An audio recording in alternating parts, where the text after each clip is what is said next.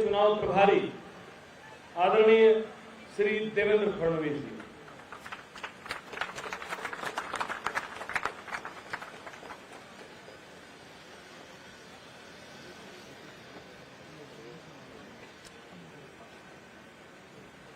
बोलिए भारत माता की। जरा हाथ ऊपर करके बोलिए, जोर से, ताकत से, मुंगेर की आवाज है। भारत माता की, भारत माता की, भारत माता की।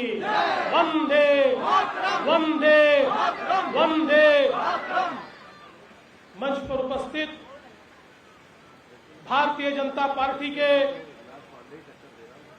ज्येष्ठ नेता और भारतीय जनता पार्टी के महामंत्री आदरणीय भूपेंद्र यादव जी, जनता दल यूनाइटेड के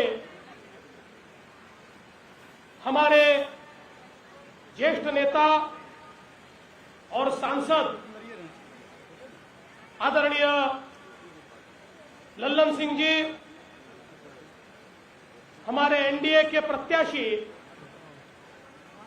और आपका आशीर्वाद जिनको मिलने वाला है, ऐसे प्रणव कुमार यादव जी, राजेश जैन जी, संतोष सहनी जी, राकेश गोप जी, अरविंद निषाद जी, योगेंद्र पासवान जी, शंभू शरण जी, डॉक्टर राम सागर जी,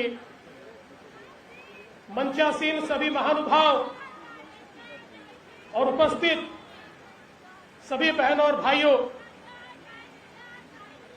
मैं आप सभी को यहां पर वंदन करने के लिए आया हूं। महाराष्ट्र की धरती से सीता मैया और गंगा मैया की नगरी और योग की नगरी मुंगेर को प्रणाम करने के लिए मैं यहां पर आया हूं, नमस्कार करने के लिए मैं यहां पर आया हूं। बहनों और भाइयों, इस बार विधानसभा का जो चुनाव हो रहा है, बिहार के लिए यह चुनाव बहुत महत्वपूर्ण चुनाव है। हम सभी लोग जानते हैं, एक चुनाव में 5 साल के लिए हम सरकार चुनकर देते हैं, लेकिन अगर गलती हो जाए तो वो सरकार जिस प्रकार से हमको प्रताड़ित करती है। आप साइड में हो जाइए, आपसे बात करेंगे, जाते समय बात करेंगे। चलिए साइड में हो जाइए, जरूर बात करेंगे आपसे। एक सरकार जो हम चुनकर देते हैं, 5 साल वो काम करती है, लेकिन अगर गलत सरकार हमने चुन ली तो फिर क्या परिस्थिति होती है, ये बिहार ने देखा है। और इसीलिए दोस्तों, ये विधानसभा का चुनाव मोदी जी के भविष्य का फैसला करने वाला चुनाव नहीं है। ये चुनाव नीतीश जी के भविष्य का फैसला करने वाला चुनाव नहीं है। ये चुनाव लल्लन बाबू के भविष्य का फैसला करने वाला चुनाव नहीं है। ये चुनाव भूपेंद्र यादव जी के भविष्य का फैसला करने वाला चुनाव नहीं है।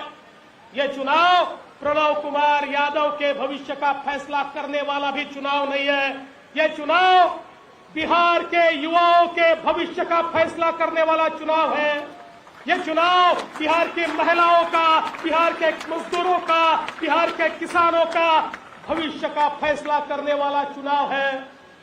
हमने देखा 15 साल इस बिहार के अंदर हमने राजद की सरकार देखी, लालू जी के, राबड़ी जी के नेतृत्व की सरकार देखी, और इन 15 सालों में इस बिहार के अंदर अनाचार, अत्याचार, दुराचार, भ्रष्टाचार, इसकी जो एक मालिका हमने देखी।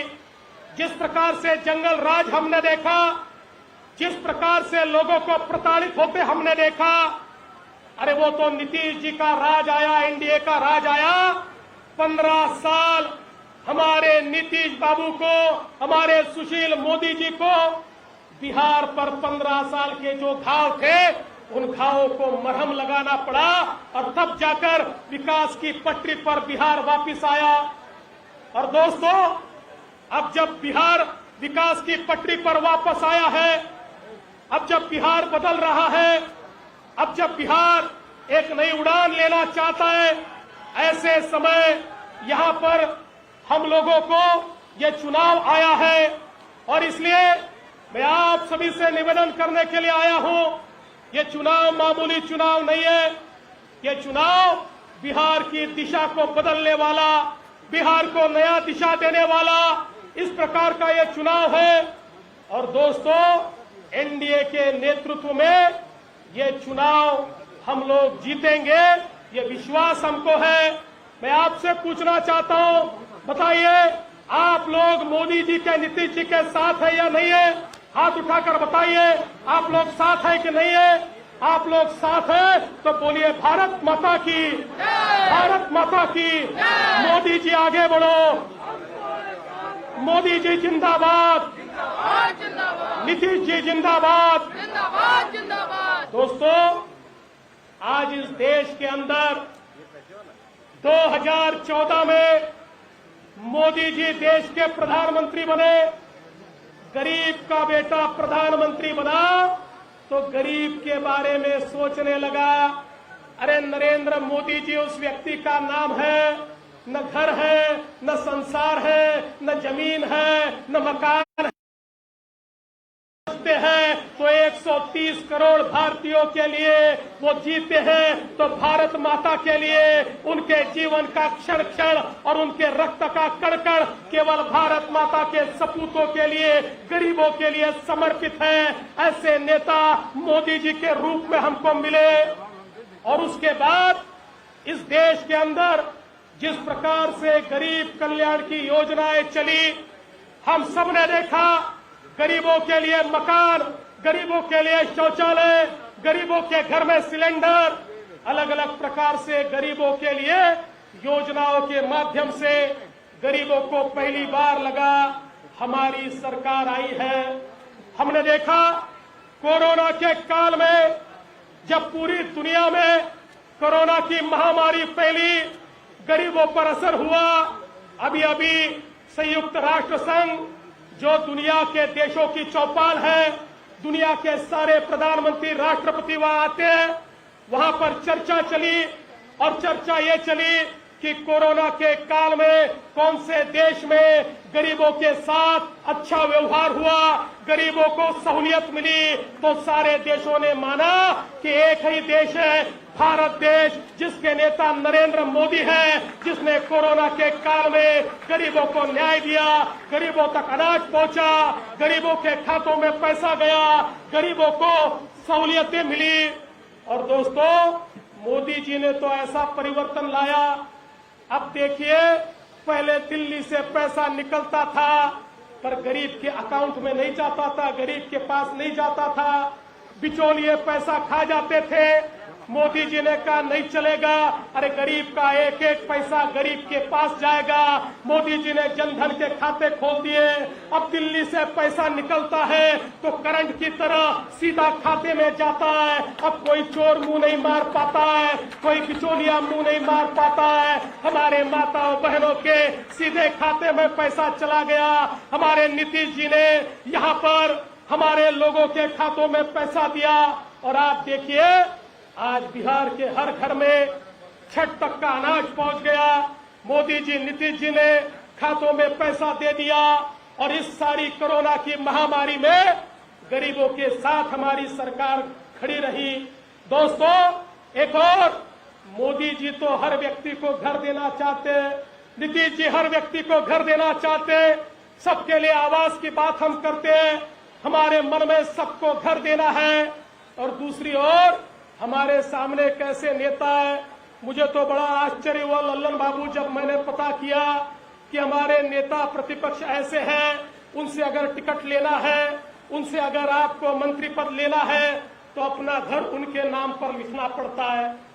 अपना घर अगर उनके नाम पे आप लिखे तो आपको टिकट मिलता है। अब बताइए, एक और मोदी जी, नीतीश जी है जो गरीबों को घर देना चाहते हैं और दूसरी ओर नेता प्रतिपक्ष है, अपने साथियों का भी घर हथियाना चाहते हैं। मैं सवाल पूछना चाहता हूं, क्या ऐसे नेता आपके साथ खड़े रह सकते हैं? क्या ऐसे नेता गरीबों के साथ खड़े रह सकते हैं, नहीं रह सकते। और इसलिए जो गरीबों के साथ खड़े हैं उनके साथ हमको खड़ा रहना होगा। आप देखिए पिछले 15 सालों में बिहार कैसे बदला है। यहाँ सड़कें बनी है, पुलिया बनी है, यहाँ अलग अलग प्रकार की शिक्षा संस्थाएं बनी है। आज स्कूल की हालत बदली है, आज हॉस्पिटल की हालत बदली है। और पिछले 6 सालों में मोदी जी के माध्यम से इतने अलग अलग प्रकार के प्रोजेक्ट्स बिहार को मिले हैं।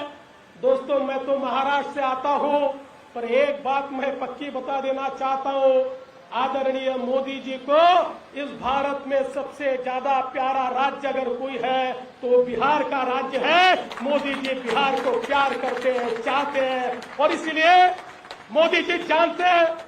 अरे भारत का इतिहास खंगाल कर देख लीजिए, बिहार के बिना भारत का इतिहास नहीं है। भारत की संस्कृति देख लीजिए, बिहार के बिना भारत की संस्कृति नहीं है। भारत के संस्कार बिहार के बिना नहीं है। अगर उसमें से बिहार हटा दे तो भारत का इतिहास छोटा सा रह जाएगा। तो बिहार भारत का स्वर्णिम इतिहास बना सकता है, तो भारत का स्वर्णिम भविष्य बिहार ही बनाकर रहेगा। और ये मोदी जी मानते हैं कि आत्मनिर्भर भारत और आत्मनिर्भर बिहार के माध्यम से उसी स्वर्णिम भारत को और उसी स्वर्णिम बिहार को बनाना है। और इसलिए बिहार में परिवर्तन हो रहा है, नई नई शिक्षा संस्थाएं यहां पर आ रही है। आज दोस्तों, शिक्षा का बहुत महत्व है, पर मोदी जी ने एक बड़ा परिवर्तन किया, नई शिक्षा नीति लाई। इससे पहले ये होता था डॉक्टर बनना है, इंजीनियर बनना है, बड़ी पढ़ाई करनी है, आपको अंग्रेजी आती होगी तो ही आप पढ़ सकते थे। अरे अंग्रेज तो छोड़कर चले गए, पर अपनी भाषा हम पर ऐसी थोप कर चले गए। अंग्रेजी आती होगी तो डॉक्टर बनोगे, अंग्रेजी आती होगी तो इंजीनियर बनोगे। अंग्रेजी का भी सम्मान है, अच्छी भाषा है, दुनिया की भाषा है, लेकिन मेरे गरीब का बेटा, मेरे गांव का बेटा डॉक्टर इंजीनियर इसलिए भी नहीं बन सकता था कि अंग्रेजी नहीं जानता था। मोदी जी ने नई नीति बनाई और कहा अब गांव का बेटा अपनी भाषा में पढ़ाई कर पाएगा। डॉक्टर बनना है तो हिंदी में भी पढ़ पाएगा, इंजीनियर बनना है तो हिंदी में भी पढ़ पाएगा, और धीरे धीरे अपनी भाषाओं में सब पढ़ाई हम कर पाएंगे। तो सबके लिए पढ़ाई के दरवाजे खुल गए, मेडिकल कॉलेज खुले, इंजीनियरिंग कॉलेज खुल रहे, पॉलिटेक्निक खुल रहे, ITI खुल रहे। दोस्तों, रोजगार कहां से आता है? मैं महाराष्ट्र से आता हूं। महाराष्ट्र एक अगला राज्य है, और महाराष्ट्र में रोजगार क्यों है? क्योंकि महाराष्ट्र में अच्छी शिक्षा संस्थाएं हैं। जहां शिक्षा संस्थाएं होती है वहां मानव संसाधन तैयार होता है, जहां मानव संसाधन तैयार होता है वही रोजगार तैयार होता है।